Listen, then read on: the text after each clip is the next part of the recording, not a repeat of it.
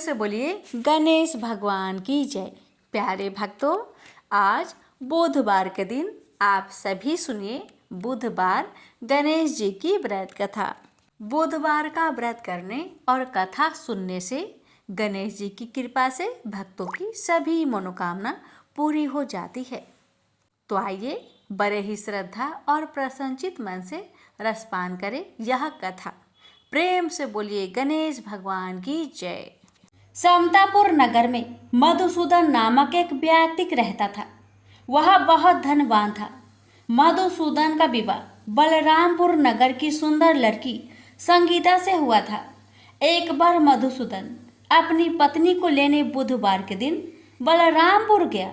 मधुसूदन ने पत्नी की माता पिता से संगीता को विदा कराने के लिए कहा। माता पिता बोले, बेटा आज बुधवार है, बुधवार को किसी भी शुभ कार्य के लिए यात्रा नहीं करते। लेकिन मधुसूदन नहीं माना। उसने ऐसी शुभ अशुभ की बात को न मानने की बात कही। दोनों ने बैलगाड़ी से यात्रा प्रारंभ की। 2 कोस की यात्रा के बाद उसकी गाड़ी का एक पहिया टूट गया। वहां से दोनों ने पैदल ही यात्रा शुरू की। रास्ते में संगीता को प्यास लगी। मधुसूदन उसे एक पेड़ के नीचे बैठाकर जल लेने चला गया। थोड़ी देर बाद जब मधुसूदन कहीं से जल लेकर वापस आया तो वह बुरी तरह हैरान हो उठा, क्योंकि उसकी पत्नी के पास उसी की शकल सूरत का एक दूसरा व्यक्ति बैठा था। संगीता भी मधुसूदन को देखकर हैरान रह गई। वह दोनों में कोई अंतर नहीं कर पाई। मधुसूदन ने उस व्यक्ति से पूछा, तुम कौन हो और मेरी पत्नी के पास क्यों बैठे हो? मधुसूदन की बात सुनकर उस व्यक्ति ने कहा, अरे भाई, यह मेरी पत्नी संगीता है। मैं अपनी पत्नी को ससुराल से विदा कराकर लाया हूँ। लेकिन तुम कौन हो जो मुझसे ऐसा प्रश्न कर रहे हो? मधुसूदन ने कहा, तुम जरूर कोई चोर या ठग हो। यह मेरी पत्नी संगीता है। मैं इसे पेड़ के नीचे बैठाकर जल लेने गया था। इस पर उस व्यक्ति ने कहा, अरे भाई, झूठ तो तुम बोल रहे हो। संगीता को प्यास लगने पर जल लेने तो मैं गया था। मैंने तो जल लाकर अपनी पत्नी को पिला भी दिया। अब तुम चुपचाप यहाँ से चलते बनो, नहीं तो किसी सिपाही को बुलवाकर तुम्हें पकड़वा दूंगा। दोनों एक दूसरे से लड़ने लगे। उन्हें लड़ते देख बहुत से लोग वहां एकत्र हो गए। नगर के कुछ सिपाही भी वहां आ गए। सिपाही उन दोनों को पकड़कर राजा के पास ले गए। सारी कहानी सुनकर राजा भी कोई निर्णय नहीं कर पाया। संगीता भी उन दोनों में से अपने वास्तविक पति को नहीं पहचान पा रही थी। राजा ने दोनों को कारागार में डाल देने के लिए कहा। राजा के फैसले पर असली मधुसूदन भयभीत हो उठा। तभी आकाशवाणी हुई, मधुसूदन, तूने संगीता के माता पिता की बात नहीं मानी और बुधवार के दिन अपनी ससुराल से प्रस्थान किया। यह सब भगवान बुध देव के प्रकोप से हो रहा है। मधुसूदन ने भगवान बुध देव से प्रार्थना की कि हे भगवान बुध देव, मुझे क्षमा कर दीजिए। मुझसे बहुत बड़ी गलती हुई। भविष्य में अब कभी बुधवार के दिन यात्रा नहीं करूंगा और सदैव बुधवार को आपका व्रत किया करूंगा। मधुसूदन के प्रार्थना करने से भगवान बुध देव ने उसे क्षमा कर दिया। तभी दूसरा व्यक्ति राजा के सामने से गायब हो गया। राजा और दूसरे लोग इस चमत्कार को देख हैरान हो गए। भगवान बुध देव की इस अनुकंपा से राजा ने मधुसूदन और उसकी पत्नी को सम्मानपूर्वक विदा किया। कुछ दूर चलने पर रास्ते में उन्हें बैलगाड़ी मिल गई। बैलगाड़ी का टूटा हुआ पहिया भी जुड़ा हुआ था। दोनों उसमें बैठकर समतापुर की ओर चल दिए। मधुसूदन और उसकी पत्नी संगीता दोनों बुधवार को व्रत करते हुए आनंद पूर्वक जीवन यापन करने लगे। इस तरह भगवान बुध देव की कृपा से उनके यहाँ खुशियाँ बरसने लगी। इस तरह जो स्त्री पुरुष विधिवत बुधवार का व्रत करके व्रत कथा सुनते हैं भगवान बुद्धदेव उनके सभी कष्ट को दूर करते हैं। प्रेम से बोलिए बुद्धदेव की जय। एक गांव था जिसमें एक सेठ जी अपने परिवार के साथ रहते थे। सेठ जी का गांव के पास के ही शहर में बड़ा व्यापार था। सेठ जी गणेश जी की पूजा श्रद्धा एवं विश्वास से करते थे, जिससे सेठ जी के घर में अन्न धन के भंडार सदैव ही भरे रहते थे। उनके जीवन में किसी भी प्रकार की कोई कमी नहीं थी। नित्य प्रतिदिन नियम अनुसार रोज वो नदी पर नहाने जाते और आकर गणेश जी का पूजन करते, उन्हें भोग लगाते और फिर स्वयं भोजन करते थे। यह बात सेठानी जी को अच्छी नहीं लगती थी। वो धार्मिक नहीं थी और ईश्वर में इतना विश्वास नहीं रखती थी। एक बार सेठानी जी ने सोचा कि यह इतना गणेश जी को मानते हैं, गणेश जी की पूजा करते हैं, इससे होता क्या है? आज तो देखती हूँ वो कैसे गणेश जी की पूजा करते हैं। अगले दिन जब सेठ जी नदी पर नहाने जाते हैं तो सेठानी जी गणेश जी की मूर्ति को उठाकर मूर्ति को कपड़े से ढककर बगीचे में जमीन में दबा देती है। जब सेठ जी नदी पर से नहाकर घर आते हैं और देखते हैं कि गणेश जी की मूर्ति तो मंदिर में नहीं है, तो वो सेठानी से पूछते हैं, गणेश जी की मूर्ति मंदिर में नहीं है, कहाँ गई? तो सेठानी जी बोलती है, मुझे नहीं मालूम, मूर्ति को घर में बहुत ढूंढाते हैं। उस दिन क्योंकि वो गणेश जी को भोग नहीं लगा पाए, इसके लिए सेठ जी ने अन्न जल का भी त्याग कर दिया और गणेश जी से प्रार्थना करने लगे, हे प्रभु, लगता है आप मुझसे रुष्ट हो गए हो और कहीं चले गए हो। आप अपनी कृपा दृष्टि मुझ पर बरसाइए। ये प्रभु मुझे दर्शन दीजिए। सेठ जी ने मन ही मन सोचा कि आपसे जब तक आप मुझे मिल नहीं जाते, मुझे दर्शन नहीं दे देते, तब तक मैं अन्न जल का त्याग करता हूँ। उस दिन पूरा निकल गया। रात्रि में सेठ जी की भक्ति से प्रसन्न होकर गणेश जी भगवान ने सपने में गणेश जी भगवान एक छोटे से चूहे के साथ खेल रहे होते हैं और चूहे को खाने को लड्डू देते हैं। चूहा लड्डू लेकर बगीचे में जाता है और जमीन को खोदता है और लड्डू वहीं डाल देता है। अचानक सेठ जी की नींद खुल जाती है। सेठ जी बगीचे में जाते हैं और वहीं खोदते हैं जहां उन्होंने सपने में देखा था, और वहीं से उनको थोड़ी सी जमीन खोदने पर कपड़े में लिपटे हुए गणेश जी की मूर्ति मिलती है। सेठ जी गणेश जी की मूर्ति की पूजा करके उनको यथास्थान स्थापित करते हैं और सेठानी के पूछने पर सारा वृत्तांत उन्हें सच सच बताते हैं। बात जानकर सेठानी जी को आश्चर्य होता है और सेठानी जी मन ही मन श्रद्धा एवं विश्वास से गणेश जी भगवान की भक्त बन जाती है और सेठ जी से कहती है कि मुझसे बड़ा भारी अपराध हो गया है। अब हम दोनों पति पत्नी प्रेम सहित गणेश जी भगवान की आराधना करेंगे एवं उनकी पूजा में कभी कोई कमी नहीं आने देंगे। यह सुनकर सेठ जी अत्यधिक प्रसन्न हो जाते हैं और दोनों पति पत्नी गणेश जी भगवान को धन्यवाद करते हैं। जय बोलो गणेश जी भगवान की जय हो, सदा ही जय हो। प्रभु अपनी अनुकंपा सेठ सेठानी के समान ही हम सभी पर बनाए रखना। कहानी सुनने वालों की सभी मनोकामनाएं पूर्ण करना। एक बार गणेश जी एक बहुत सुंदर गांव से गुजर रहे थे। इस गांव के खेत हरे भरे थे। सुबह का समय था।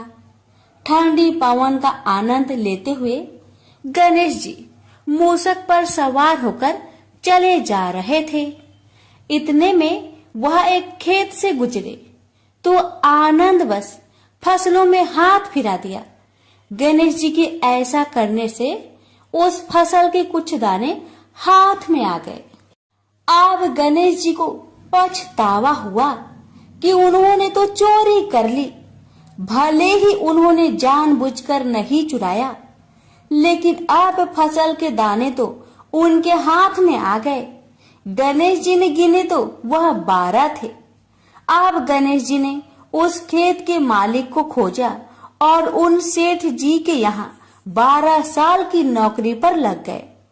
एक दिन सेठानी राख से हाथ धोने लगी तो गणेश जी ने सेठानी का हाथ पकड़कर मिट्टी से हाथ धुलवा दिया। सेठानी ने सेठ जी से शिकायत की और कहा कि देखो, नौकर ने मेरा हाथ पकड़ लिया।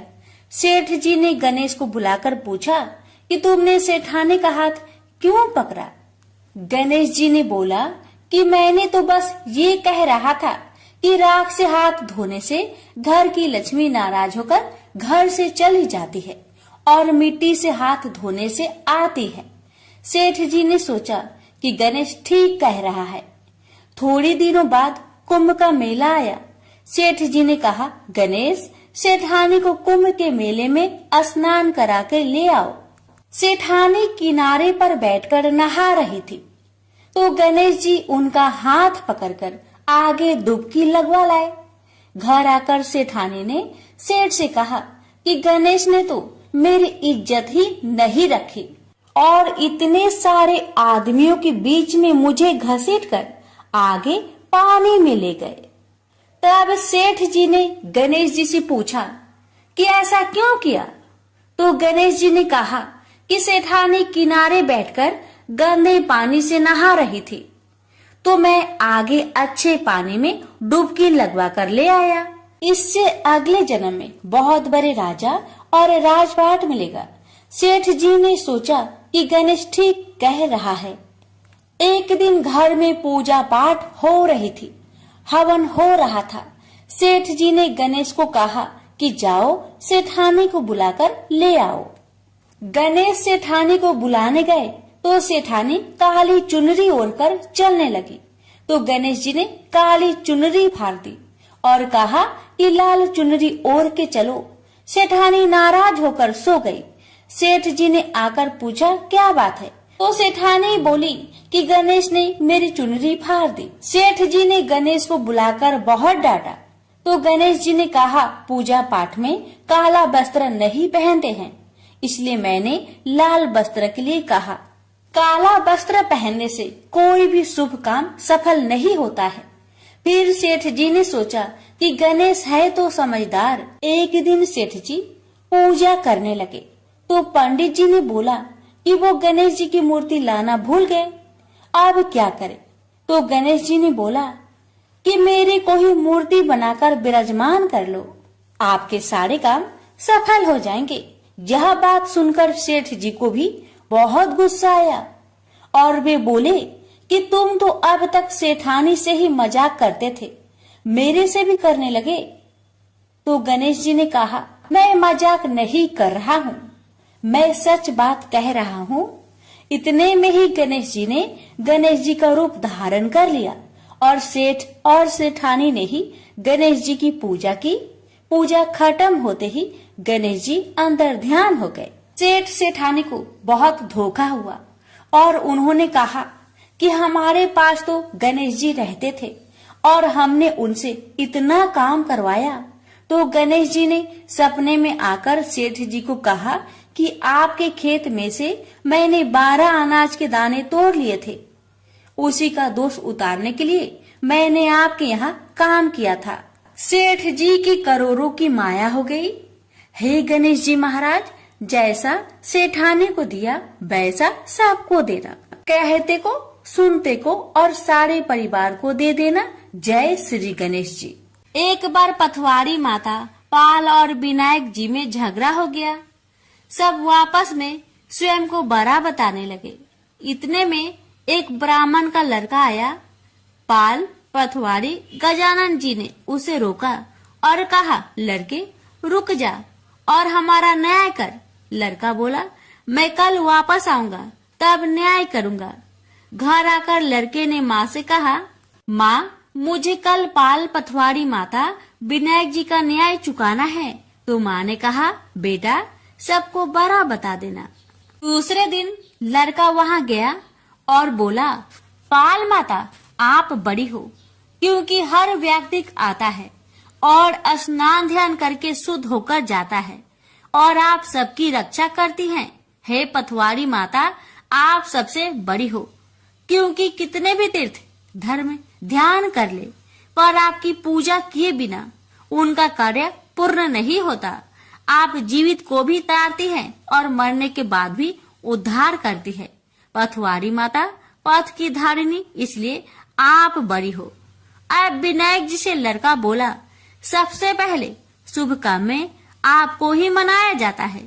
आपको ध्याये बिना कोई काम सिद्ध नहीं होता, इसलिए आप बड़े हो। पाल माता, पथवारी माता, विनायक जी भगवान लड़के की चतुराई से प्रसन्न हो गए और बोले, लड़के तुमने तो हम सबको बड़ा कर दिया, उसको सुखी रहने का आशीर्वाद दिया और जौ के दाने उसके अंगोछे में डाल दिया। लड़का सोचने लगा, ये तो घाटे का सौदा रहा।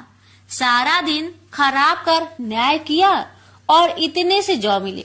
उदास मन से घर आकर अंगोछा एक कोने में डाल दिया। माँ ने अंगोछा उठाया तो उसमें से हीरे मोती बिखर गए। तो माँ बोली, बेटा न्याय करके क्या लाया है? लड़का बोला, माँ कोने में जो पड़ा है देख लो। वहाँ गई, देखा हीरे मोती का ढेर लगा है, हीरे मोती जगमगा रहे हैं। माँ अत्यधिक प्रसन्न हो गई। माँ ने बेटे को बुलाया और कहा, बेटा आज तो पाल माता, पथवारी माता, विनायक जी भगवान आज तो हम पर प्रसन्न हुए हैं। माँ बेटे बहुत प्रसन्न हुए। हे भगवान, जैसा पाल माता, पथवारी माता, विनायक जी भगवान ने लड़के को दिया वैसे सबको देना। कहानी कहने सुनने हुक्कर भरने वालों को सुख समृद्धि धन्य धान्य देना। प्रेम से बोलिए, पाल पथवारी विनायक भगवान की जय। एक बार गणेश जी ने पृथ्वी के मनुष्य की परीक्षा लेने का विचार किया। वे अपना रूप बदलकर पृथ्वी पर भ्रमण करने लगे। उन्होंने एक बालक का रूप बना लिया। एक हाथ में एक चम्मच में दूध ले लिया और दूसरे हाथ में एक चुटकी चावल ले लिए और गली गली घूमने लगे। साथ ही साथ आवाज लगाते चल रहे थे, कोई मेरे लिए खीर बना दे, कोई मेरे लिए खीर बना दे। कोई भी उन पर ध्यान नहीं दे रहा था, बल्कि लोग उन पर हंस रहे थे। वे लगातार एक गांव के बाद दूसरे गांव इसी तरह चक्कर लगाते हुए पुकारते रहे, पर कोई खीर बनाने के लिए तैयार नहीं था। सुबह से शाम हो गई, गणेश जी लगातार घूमते रहे। एक बुढ़िया थी, शाम के वक्त अपनी झोपड़ी के बाहर बैठी हुई थी। तभी गणेश जी वहाँ से पुकारते हुए निकले कि कोई मेरी खीर बना दे, कोई मेरी खीर बना दे। बुढ़िया बहुत कोमल हृदय वाली स्त्री थी। उसने कहा, बेटा मैं तेरी खीर बना देती हूँ। गणेश जी ने कहा, माई अपने घर में से दूध और चावल लेने के लिए बर्तन ले आओ। बुढ़िया एक कटोरी लेकर जब झोपड़ी के बाहर आई तो गणेश जी ने कहा, अपने घर का सबसे बड़ा बर्तन लेकर आओ। बुढ़िया को थोड़ी झुलझुलाहट हुई और उसने कहा, चलो बच्चे का मन रख लेती हूँ, और अंदर जाकर वह अपने घर का सबसे बड़ा पतीला लेकर बाहर आई। गणेश जी ने चम्मच से पतीले में दूध उड़ेलना शुरू किया। तब बुढ़िया के आश्चर्य की सीमा न रही। जब उसने देखा दूध से पूरा पतीला भर गया है, एक के बाद एक वह बर्तन झोपड़ी से बाहर लाती गई और उसमें गणेश जी दूध भरते चले गए। इस तरह से घर के सारे बर्तन दूध से लबालब भर गए। गणेश भगवान ने बुढ़िया से कहा, मैं स्नान करके आता हूँ, तब तक तुम खीर बना लो, मैं वापस आकर खाऊंगा। बुढ़िया ने पूछा, मैं इतनी सारी खीर का क्या करूंगी? इस पर गणपति जी बोले, सारे गांव को दावत दे दो। बुढ़िया ने बड़े प्यार से मन लगाकर खीर बनाई। खीर की भीनी भीनी मीठी मीठी खुशबू चारों दिशाओं में फैल गई। खीर बनाने के बाद वह हर घर में जाकर खीर खाने का न्योता देने लगी। लोग उस पर हंस रहे थे। बुढ़िया के घर में खाने को दाना नहीं और यह सारे गांव को खीर खाने की दावत दे रही है। लोगों को कौतूहल हुआ और खीर की खुशबू से लोग खींचे चले आए। लो, सारा गांव बुढ़िया घर में इकट्ठा हो गया। जब बुढ़िया की बहू को दावत की बात मालूम हुई तब वह सबसे पहले वहां पहुंच गई। उसने खीर से भरे पतीलों को जब देखा तो उसके मुंह में पानी आ गया। उसे बड़ी जोर से भूख लगी हुई थी। उसने एक कटोरी खीर निकाली और दरवाजे के पीछे बैठकर खाने को तैयार करने लगी। इसी बीच एक छींटा गिर गया और गणपति जी का भोग लग गया और वो प्रसन्न हो गए। अब पूरे गांव को खाने की दावत देकर बुढ़िया वापस अपने घर आई। उसने देखा बालक वापस आ गया था। बुढ़िया ने कहा, बेटा खीर तैयार है, भोग लगा लो।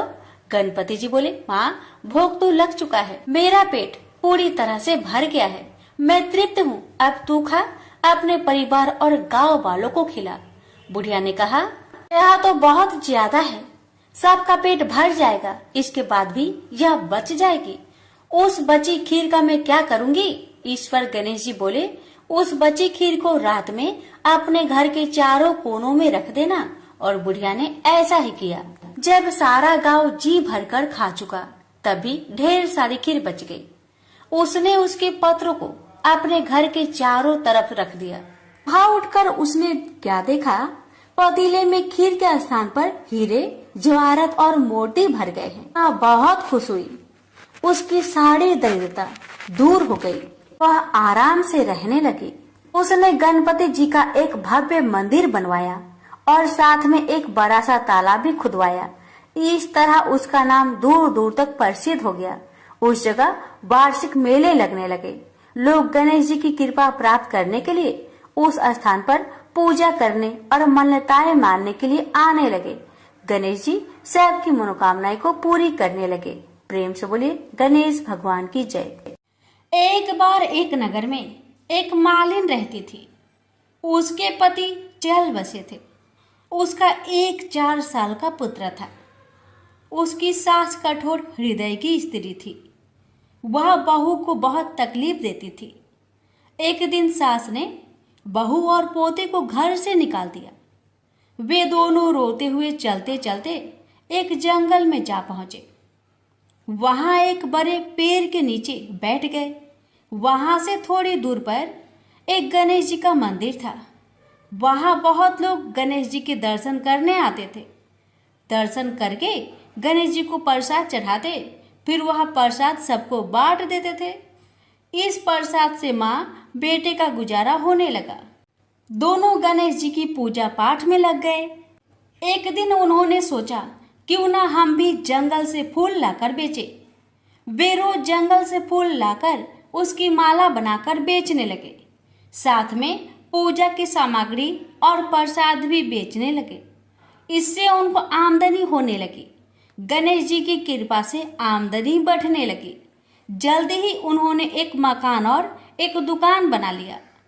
एक राजा की लड़की मंदिर में रोज पूजा करने आती थी। मालिन के बेटे को देखकर राजकुमारी उस पर मोहित हो गई और उससे विवाह करने की सोचने लगी। उसने अपनी भाभी से अपने मन की बात कही। भाभी अनुभवी थी। उसने कहा, ये तो मालिन का बेटा है और तुम एक राजा की बेटी हो। यदि तुमने उससे विवाह किया तो तुम्हारी बहुत बेइज्जती होगी। पर राजकुमारी अपनी बात पर अड़ी रही। उसने कहा, मैंने तो प्रतिज्ञा कर ली है कि उसी से विवाह करूंगी। भाभी ने घर जाकर सारी बात राजा को बता दी। राजा ने मना नहीं किया और विवाह के लिए तैयार हो गए। उन्होंने बड़े धूमधाम से बेटी का विवाह मालिन के बेटे के साथ कर दिया। मालिन ने सबसे पहले बेटे बहू को गणेश जी के मंदिर में ले जाकर पूजा पाठ करवाया और गणेश जी का आशीर्वाद दिलवाया। इसके बाद पूरे नगर में यह बात फैल गई कि गणेश जी की पूजा करने से सब दुख कष्ट दूर हो जाते हैं। यह बात सुनते ही नगर के सभी लोग मंदिर आने लगे। मालिन और उसके बेटे की बिक्री और बढ़ गई। उधर उसकी सास के बुरे दिन आ गए। अन्नदाता उससे रूठ गई और वह भूखे मरने लगी। एक दिन वह रोती धोती उसी गणेश जी के मंदिर में आ पहुंची। वह मालिन के बेटे से बोली, मैं भूखी हूँ, मुझे रोटी कपड़ा दे देना, इसके बदले मैं तुम्हारे सारे काम कर दूंगी। लड़के को दया आ गई और उसे काम पर रख लिया। उसने अपनी दादी को नहीं पहचाना। जब मालिन घर आई तो उसने सास को पहचान लिया। वह सास से बोली, सासू जी आप यहाँ कैसे?